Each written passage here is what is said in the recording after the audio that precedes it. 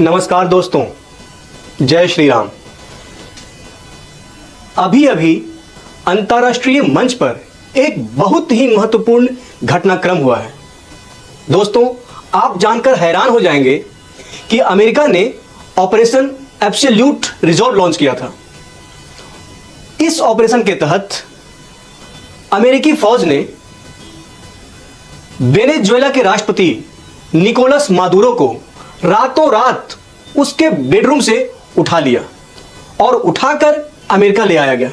Nicolas Maduro को एक बंधक की भांति अमेरिका ले जाया गया।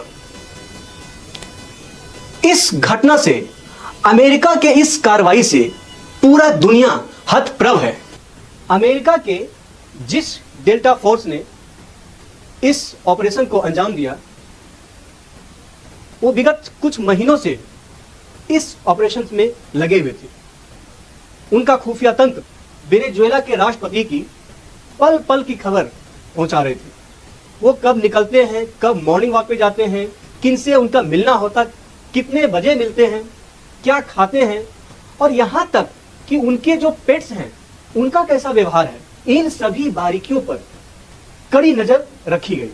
और पूरे महीने भर बैकग्राउंड में किए गए इन सारे ऑपरेशंस के जरिए यह ऑपरेशन एब्सोल्यूट रिजॉल्व 3 तारीख को सक्सेसफुली संपन्न हुआ और स्वयं अमेरिका के राष्ट्रपति डोनाल्ड ट्रंप ने सोशल पर उन्होंने इस समाचार को साझा किया। अब सवाल यह उठता है कि अमेरिकी राष्ट्रपति ने वेनेजुएला के राष्ट्रपति को क्यों उठवा लिया, या फिर यूं कहें तो उनको क्यों कैप्चर करके अमेरिका ले जाया गया। अमेरिका का कहना है कि वेनेजुएला के राष्ट्रपति ड्रग्स ट्रैफिकिंग में लिप्त थे और उन्होंने जो अमेरिकी तेल कंपनियां थी उनको वेनेजुएला से बाहर कर दिया था। और इतना ही नहीं, अगर इसको साधारण भाषा में कहें तो वेनेजुएला अमेरिका की शर्तों पर बात नहीं कर रहा था, वेनेजुएला अमेरिका की बात नहीं मान रहा था। लेकिन अमेरिका तो अमेरिका है, वह किसी की ना स्वीकार नहीं कर सकता। जिस प्रकार अमेरिका ने एक लेग एक्सक्यूज देकर इराक के राष्ट्रपति सद्दाम हुसैन को उठा लिया था कि इराक के पास वीपन्स ऑफ मास डिस्ट्रक्शन है, लेकिन आज तक वो वीपन्स ऑफ मास डिस्ट्रक्शन नहीं मिले। ठीक वैसा ही एक्सक्यूज अमेरिका ने दिया है कि वहां पर डेमोक्रेसी की बहाली की जाएगी, जो लोग ड्रग्स ट्रैफिकिंग में लिप्त हैं उनके खिलाफ कार्रवाई की जाएगी। लेकिन पर्दे के पीछे की कहानी यह है दोस्तों कि वेनेजुएला के पास विश्व में सबसे बड़ी तेल का भंडार है और अमेरिका किसी तरह से इस तेल के भंडार में अपना स्वामित्व चाहता है। अमेरिका का वेनेजुएला पर कब्जा और उसके राष्ट्रपति की गिरफ्तारी कोई साधारण सी बात नहीं है। और इस वर्ल्ड ऑर्डर में यह एक मील का पत्थर साबित होगा। अभी जिस प्रकार हम लोग मल्टीपोलर वर्ल्ड की बात करते हैं, मल्टीपोलर वर्ल्ड ऑर्डर की बात करते हैं, जिसमें एक तरफ यूएस है, एक तरफ चीन है, रशिया है, भारत है, फ्रांस है, जर्मनी है, ऑस्ट्रेलिया है। तो जिस प्रकार आजकल आज के परिदृश्य में एक मल्टीपोलर वर्ल्ड की बात होती है, अमेरिका उसे मानने के लिए तैयार नहीं। अमेरिका फिर से इस मल्टीपोलर वर्ल्ड को यूनिपोलर वर्ल्ड बनाना चाहता है और मैसेज साफ है कि जो उसकी बात नहीं सुनेगा वो इसी तरीके से उस पर अटैक करके उसके राष्ट्रपति को या फिर उसकी सॉवरेनिटी को डायरेक्ट चुनौती देगा। और आज ट्रंप ने तो क्लियर कट बोल भी दिया कि आने वाले समय में अगर मैक्सिको, क्यूबा, ईरान ये लोग नहीं माने तो उनके साथ भी यही कार्रवाई की जाएगी। अब थोड़ा सा हम लोग यह जानने की कोशिश करते हैं, जब वेनेजुएला के पास तेल का सबसे बड़ा भंडार है तो फिर वेनेजुएला इतना गरीब कैसे हुआ? इसकी शुरुआत होती है सन 1976 से, जब वहां पर ऑयल सेक्टर का नेशनलाइजेशन यानी राष्ट्रीयकरण कर दिया गया। 1999 में ह्यूगो चावेज सत्ता में आए। उन्होंने तेल बेचा, तेल से पैसा आया और फिर सब्सिडी पर सब्सिडी देते गए। एक तरह से जिसे हम लोग आम बोलचाल की भाषा में बोलते हैं कि रेवड़ी कल्चर शुरू कर दिया गया। वहां पर गरीबी भगाओ अभियान चलाया गया, सब्सिडी दिया गया, जिसके कारण यह हुआ कि वहां की अर्थव्यवस्था पूरी ठप पड़ गई। 2007 में ह्यूगो चावेज ने विदेशी कंपनियों की जगह वहां की कंपनियों को तेल का मालिक बना दिया। नतीजा यह हुआ कि अमेरिकी कंपनियों को वेनेजुएला छोड़ना पड़ा और यहीं से अमेरिका और वेनेजुएला के रिश्ते खराब हुए। और इतना ही नहीं, जब अमेरिकी कंपनी वेनेजुएला से भगा दिए गए तब वहीं पर चीन और रूस की कंपनी को प्राथमिकता दी गई। और आज के समय में चीन और रूस वेनेजुएला के तेल का सबसे बड़ा खरीदार है और यही बात अमेरिका को बर्दाश्त नहीं है और उसने वह रास्ता अपनाया जो वह हमेशा से अपनाता चला आ रहा है। साथ में यह भी बात बताते चले कि तेल पर वेनेजुएला इतना निर्भर रहा कि उसने बाकी क्षेत्रों की तरफ ध्यान ही नहीं दिया और यही कारण है कि असीमित संसाधन होने के बावजूद भी वेनेजुएला कंगाली के कगार पर पहुंच गया, जहां पर हाइपर इन्फ्लेशन हो गया। अभी कल परसों एक वीडियो आया था जहां पर ट्रक से भर भर कर वहां की जो करेंसी है उसको कूड़े में फेंका जा रहा है और उस कूड़े पर एक बच्चा एक तरह से उछल रहा है। मतलब वहां की करेंसी का यह हाल है कि सड़क पर करेंसी फेंका हुआ है और कोई भी उसे उठाने के लिए तैयार नहीं है। वेनेजुएला की स्थिति से यह भी स्पष्ट करना चाहूंगा कि किस प्रकार सोशलिज्म का नशा पूरे देश को और देश के नागरिक को कंगाल कर देता है। यह सुनने में बहुत अच्छा लगता है कि गरीबी हटाओ, लोगों को सब्सिडी दो, लोगों का पैसा लोगों को बांटो, लेकिन जब लोग काम नहीं करेंगे ना बॉस और सिर्फ आप उनके जेब में पैसे भरते जाओगे तो अर्थव्यवस्था तो ठप हो ही जाएगी, साथ ही साथ इन्फ्लेशन होगा और इन्फ्लेशन इतना होगा कि फिर उस करेंसी को, उस पैसा को, उस नोट को पूछने वाला कोई नहीं रहेगा। अब हम लोग थोड़ा टाइमलाइन को समझते हैं।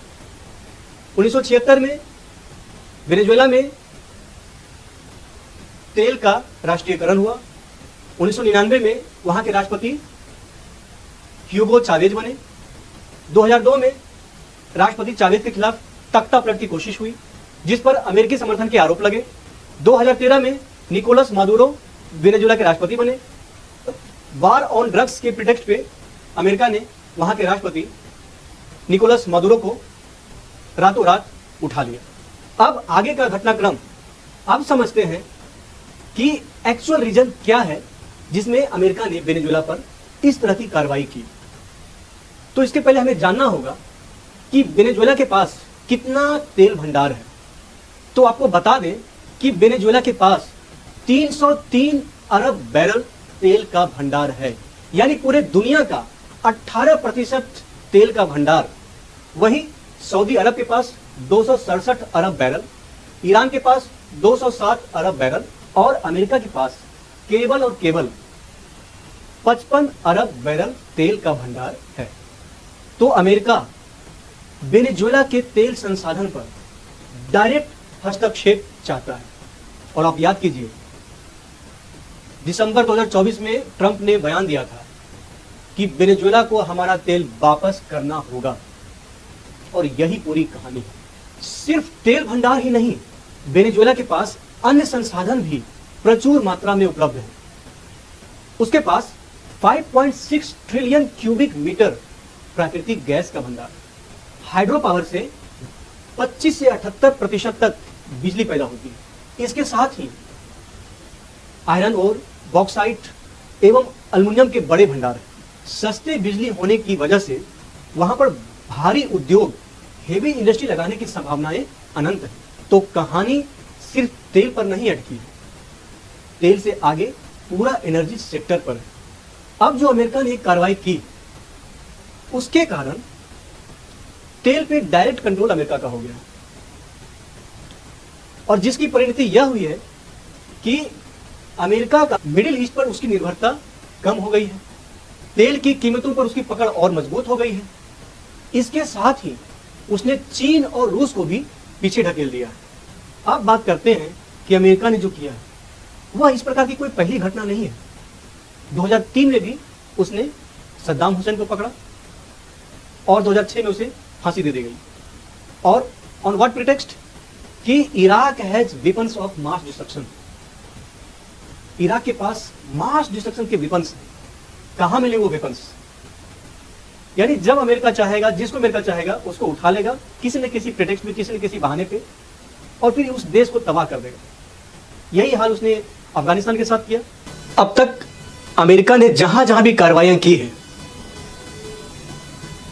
उसका उसने एक ही नाम दिया है कि अमेरिका लोकतंत्र बचाना चाहता है। America is fighting for the cause of upholding the democracy in that particular country. मतलब ये कितना बड़ा सिगुफा अमेरिका छोड़ता है कि वह तो डेमोक्रेसी को बचाने के लिए ऐसा कर रहा है। अब आप देख सकते हैं कि वेनेजुएला का जो तेल भंडार है ये उसका कारण है, वेनेजुएला के पास जो एनर्जी का भंडार है ये वो कारण है, या फिर वो डेमोक्रेसी को बचा रहा है। तो अब यह देखना दिलचस्प होगा कि भारत, रूस, चीन और विश्व के बड़े देश अमेरिका के इस कार्रवाई पर किस तरह से रिएक्ट करते हैं। क्या वो चुप्पी साध लेंगे या फिर इस पे बात करेंगे, इस पे चर्चा करेंगे, या फिर इस एक्ट को कंडेम करेंगे। हालांकि कोरिया के शासक किम जोंग उन ने अमेरिका के इस कार्रवाई की निंदा की है। रूस ने भी अमेरिका के इस कदम को सही नहीं माना है। अब देखना यह होगा कि भारत और चीन किस प्रकार रिएक्ट करेंगे। तो यह देखना बड़ा दिलचस्प होगा कि विश्व के बड़े देश और उन देशों के राष्ट्राध्यक्ष किस प्रकार अमेरिका के इस कार्रवाई का समर्थन करते हैं या विरोध करते हैं। और यहां पर सबसे बड़ी बात तो यह है कि जो यूनाइटेड नेशंस है उसने बिल्कुल चुप्पी साध ली है, उसने किसी भी प्रकार का बयान नहीं दिया है। तो तस्वीर बिल्कुल साफ है कि जिसकी लाठी उसकी भैंस। मतलब जिसके पास पावर है वो जो कुछ करेगा उसे कोई भी कुछ बोलने वाला नहीं है। पिछले कुछ सालों से अमेरिका के नंबर 1 होने पर सवाल उठ रहे थे। रूस उसकी बात नहीं मान रहा था। यूक्रेन और रूस युद्ध लगभग 4 साल से चल रहा है जो कि अब तक समाप्त नहीं हुआ है। चीन ताइवान पर लगातार दबाव बना रहा है। रूस और चीन मिलकर मल्टीपोलर वर्ल्ड की चर्चा कर रहे थे। लेकिन इस बीच अमेरिका ने जो कार्रवाई की है वेनेजुएला पर, उसने यह दिखा दिया है कि बॉस, वर्ल्ड ऑर्डर बदलने वाला नहीं है। अमेरिका ही है जो वर्ल्ड ऑर्डर को अपने हिसाब से चलाएगा और जो अमेरिका करेगा उसे चुनौती देने वाला कोई नहीं रहेगा। In one word, US is the boss. अब जब अमेरिका ही बॉस है तो फिर भारत की स्थिति क्या है? अब भारत के साथ समस्या यह है कि रूस भारत का पुराना मित्र रहा है और अमेरिका के साथ भी सामरिक समझौते हैं। भारत ने हमेशा गुट निरपेक्ष, नॉन अलाइनमेंट की नीति अपनाई है। और जब से एस जयशंकर विदेश मंत्री बने हैं तो उन्होंने भारत की विदेश नीति की रूपरेखा ही बदल दी है। भारत ने बिल्कुल साफ कर दिया है कि भारत किसी भी देश के आगे नहीं झुकेगा। भारत के जो अपने इंटरेस्ट हैं उसको लेकर भारत आगे बढ़ेगा। अगर तेल के लिए भारत को रूस के पास जाना होगा तो भारत रूस से तेल खरीदेगा, भारत झुकेगा नहीं। आर्म्स के लिए भारत रूस के पास जाएगा, बिल्कुल नहीं झुकेगा। अभी आप देख लीजिए कि किस तरह से पिछले कुछ दिनों यूरोपियन देशों ने भारत पर किस तरह से बुलिंग किया कि भारत रूस से तेल खरीदना बंद कर दे। तो यह यूरोपीय देशों का या फिर अमेरिका का दोहरा चरित्र दिखाता है। वो खुद तो रूस से तेल ले रहे हैं या फिर एनर्जी या फिर व्यापार कर रहे हैं, लेकिन वो भारत को मना कर रहे हैं कि तुम रूस से तेल मत खरीदो। क्यों भाई? अगर रूस से तेल भारत को सस्ते दाम में मिल रहा है तो भारत अवश्य ही खरीदेगा। रूस से भारत को S-400 या फिर S-500 की बात हो रही है तो भारत अवश्य आर्म्स में भी आगे बढ़ेगा। और अभी जो ऑपरेशन सिंदूर हुआ वहां पर यह दिख भी गया, जब तक आप हथियार के क्षेत्र में आत्मनिर्भर नहीं है तो जब समय पड़ेगा, इमरजेंसी सिचुएशन पड़ेगा, तो जो सप्लायर देश हैं हो सकता है वो उस समय मदद ना करें या फिर जो सॉफ्टवेयर है वो उनको सीज कर दे, फ्रीज कर दे, जिसके कारण आपके जो हथियार वो काम ही ना करे। तो इसलिए आवश्यक है कि भारत हथियार के क्षेत्र में, इसीलिए पिछले कुछ वर्षों में आप देखेंगे कि भारत के प्रधानमंत्री हमेशा आत्मनिर्भर होने की बात कर रहे हैं। और इस क्षेत्र में भारत ने एक लंबी छलांग लगाई भी है। भारत जो कि एक आर्म्स इंपोर्टर देश हुआ करता था, आज आर्म्स को एक्सपोर्ट भी कर रहा है। It's just the beginning, though it's a silver lining as well. तो आप देखेंगे कि भारत मतलब विश्व में जितना भी उथल पुथल हो रहा है, तो भारत ने अपना स्टैंड क्लियर कर दिया है कि उसका जो हित होगा उसको लेकर वो आगे बढ़ेगा और किसी के बुलिंग से झुकने वाला नहीं है। तो इस पूरे घटनाक्रम को जब हम समराइज करते हैं तो यह देखेंगे कि अब जो अमेरिका ने एक कार्रवाई की है, तो आगे कुछ दिनों में क्या होता है, विश्व के लीडर किस तरह से रिस्पॉन्ड करते हैं और शक्ति का संतुलन किसके हाथ में जाता है, यह देखने वाली बात होगी। और इन सभी घटनाक्रम के बीच भारत कौन सा रास्ता अपनाता है, यह भी देखने की बात होगी। आप सभी को जुड़ने के लिए बहुत बहुत आभार। हमारी यह प्रस्तुति आपको कैसी लगी हमें आप अवश्य बताइए कमेंट के माध्यम से, और हमारे इस वीडियो को लाइक कीजिए, शेयर कीजिए अपने दोस्तों के साथ, संबंधियों के साथ, और सब्सक्राइब कीजिए हमारा चैनल रघुवंशम। जय श्री राम।